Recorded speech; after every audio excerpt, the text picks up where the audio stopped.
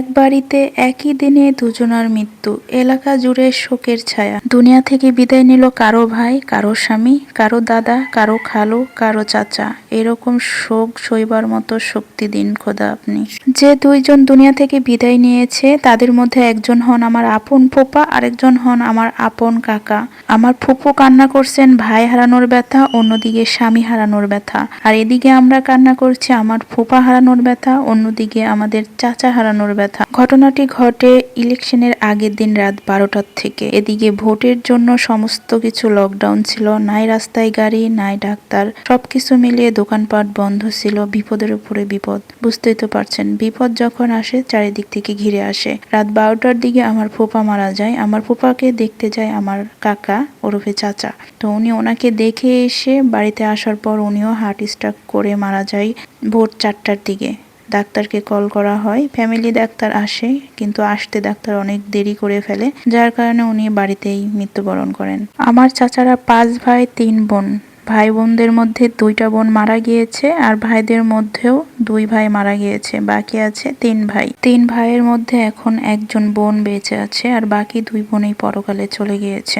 আমার কাকা ওরফে চাচা যিনি মারা গিয়েছেন তার 2টি ছেলে, কোনো মেয়ে নাই। 2টা ছেলে সৌদি আরব প্রবাসী। তাদের 2 জনের মধ্যে একজনও আসতে পারেননি, কারণ তারা কোম্পানির চাকরি করে। বাবা মারা গিয়েছে এই সংবাদটা দেওয়ার পরেও কোম্পানি থেকে তাদেরকে ছুটি দেয়নি। প্রবাস একটা এমনই জায়গা যেখানে নিজের ইচ্ছায় গেলেও আসতে হয় পরের ইচ্ছায়। হাজার চেষ্টা করলেও নিজের ইচ্ছা স্বাধীন যখন তখন আসা যায় না। যদি আসা যেত তাহলে আমার 2টা ভাই অন্তত বাবার কবরে এক মুঠো মাটি দিতে পারত। অন্যথায় আমার ফুপার একটি ছেলে 5টি মেয়ে, তারা সবাই আমার ফুপার কাছে ছিল আমার ফুপা যখন মারা যায়। আর আমার ফুপার খুব সুন্দরভাবে ইমানের সাথে মৃত্যু হয়। আল্লাহ যেন তাদের দুজনকেই জান্নাতবাসী করে, সবাই তাদের জন্য দোয়া করবেন।